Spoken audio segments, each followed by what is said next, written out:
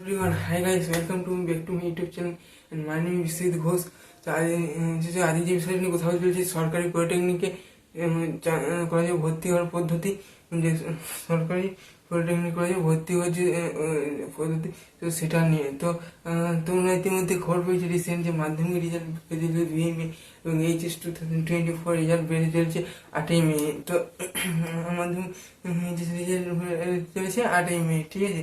এবং সেটা কখন পাবলিশ হবে, কখন সময় 50 থেকে 10টার মধ্যে পাবলিশ করা হবে মাধ্যমিক রেজাল্ট, এবং তারপরে তোমরা কলেজে গিয়ে মার্কশিট নিয়ে নিতে পারবে। তো সেটা বিষয়ে আমি বলতে চাইছি না, আর এটা বলারও বলবো না, ঠিক আছে। তো যে সঙ্গে ভূগোলেটে যে কাউন্সিল প্রসেস, তো কাউন্সিল প্রসেসে অবশ্যই একটু ভালো র্যাঙ্ক পেতে হবে। কিন্তু তুমি মনে করছো যে 20-22 হাজার র্যাঙ্ক আছে, কিন্তু তুমি গভর্নমেন্ট কলেজ ভালো পেয়ে যাবে, কিন্তু নয়, বাড়ির কাছে কলেজ পাবে না, বাড়ির দূরেরই কলেজ সম্ভবত পাবে। এবং এই বছর ঠিক এই প্রসেসটা হবে। আর আগের বছরে যে বিগত বছরে যে প্রসেসটা অবলম্বন করা হয়েছিল, তো এই বছরে সেম প্রসেস অবলম্বন করা হবে।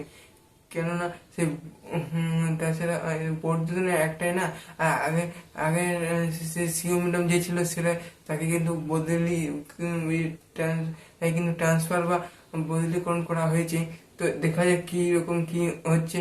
আর যেটা বলা যাচ্ছে আছে যে কাউন্সিল প্রসেস, তো কি হয়তো 200-300 র্যাঙ্ক 350 নম্বর পেয়েছে, কিন্তু কিন্তু একটি স্টুডেন্ট, কিন্তু অপরপক্ষে আরেকটি স্টুডেন্ট সে কিন্তু 10,000 র্যাঙ্ক করেছে, 10,000 বা 12-13,000 র্যাঙ্ক করেছে, কিন্তু সে যে কলেজটা পাবে বেকার, ও সে কিন্তু একই সেম রেঞ্জে কলেজ পেয়ে গেল, কিন্তু বাইচান্স হতে পারে। কিন্তু সেটা কিসের ভুলের জন্য, কি কারণে, অনেকে তারপর বলবে না এটি কি কারণে হয়েছে, আমি তো ভালো র্যাঙ্ক করেছি, ও কিন্তু কম নম্বর পেয়ে কি করে ওই ভালো কি করে ওই যে লেভেলে সেম মিডিয়াম লেভেলের কোয়ালিটি পেয়ে গেল।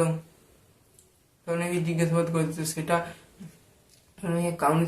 কাউন্সিলের যে মিস্টেক, এই 3-4টি কাউন্সিলের মিস্টেক তো মিস্টেকগুলোর কারণে প্রথম বলবো কাউন্সিল তোমরা দেখছো ভূগোলেটে প্রথম যা করে যাচ্ছে উপরে তোমরা 100টা যদি র্যাঙ্ক 20,000 ওভার হয়, তো তোমরা একের পর এক যে সারি করে তোমরা কলকাতা থেকে শুরু করে যে সব কলকাতা হচ্ছে তোমরা পুরো 100টার মতো করে সাজিয়ে দাও।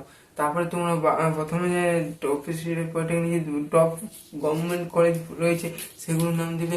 তারপরে তোমরা যে ডিস্ট্রিক্ট কোটা করে সেগুলো দিবে। তবে বলা হয় ডিস্ট্রিক্ট কোটা কিন্তু একজনকে ছাড় দেওয়া হয় বলে তো আমার মনে হয় না, আর ডিস্ট্রিক্ট কোটাই ছাড় দেওয়া হয় না যদিও। আচ্ছা, 2 নম্বর স্টেপ, তুমি যেই কলেজ ভর্তি হবে না বা যেই কলেজ পড়তে চাইছে না বা যে ব্রাঞ্চ, সেই কলেজে ব্রাঞ্চ দেওয়ারও কোনো যুক্তি দরকার হয় না, সেই কলেজ দেওয়ার দরকার নেই। অনেকে জিজ্ঞেস করে যে কলেজ ব্রাঞ্চ পড়তে চায় না, কারণ সে দিয়ে দিয়েছে সেই কলেজের নামটা চলে এসেছে, তো সেটা অবভিয়াসলি হয়ে যায়। তো তোমরা এই ভুল কাজটি করবে না, ঠিক আছে। বলছে যে কোনো যখন ইলেকশন ভোট যে কাউন্সিল যে শুরু হবে তখন কিন্তু আরেকটা ভিডিওতে আসতে পারে খুবই সম্ভবত, কি করে কীরকম করে কাউন্সিল করলে কীরকম ভালো করে পাওয়া যাবে। হয়তো র্যাম্বার বা র্যাঙ্ক ভালো পেতে হবে, নয় তুমি বেশি করে সাজাতে দিতে হবে। এবং আগের বছরে ইলেকট্রিক্যাল এবং মেকানিক্যালে 23-25,000 26,000 র্যাঙ্ক পর্যন্ত গভর্নমেন্ট বইছে, কিন্তু সেটা বাড়ি থেকে প্রচুর দূরে, সেটা গ্রাম্য পরিবেশ এলাকায়।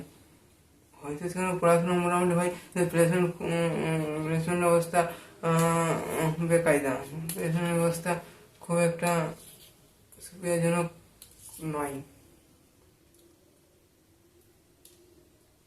ঠিক আছে, আজকে ভিডিওটা অনেকটা বড় হলেও এবং যদি হেল্পফুল হয় মনে হয় কারণ কোনো দিন, তো লাইক এবং সাবস্ক্রাইব করে রাখবে। আজ এই পর্যন্তই, পরে অন্য কোনো ভিডিওতে দেখা হবে। ভালো থাকবে, সুস্থ থাকবে এবং বিশ্ব ঘোষী ইউটিউবে চ্যানেলের পাশে থাকবে, ঠিক আছে।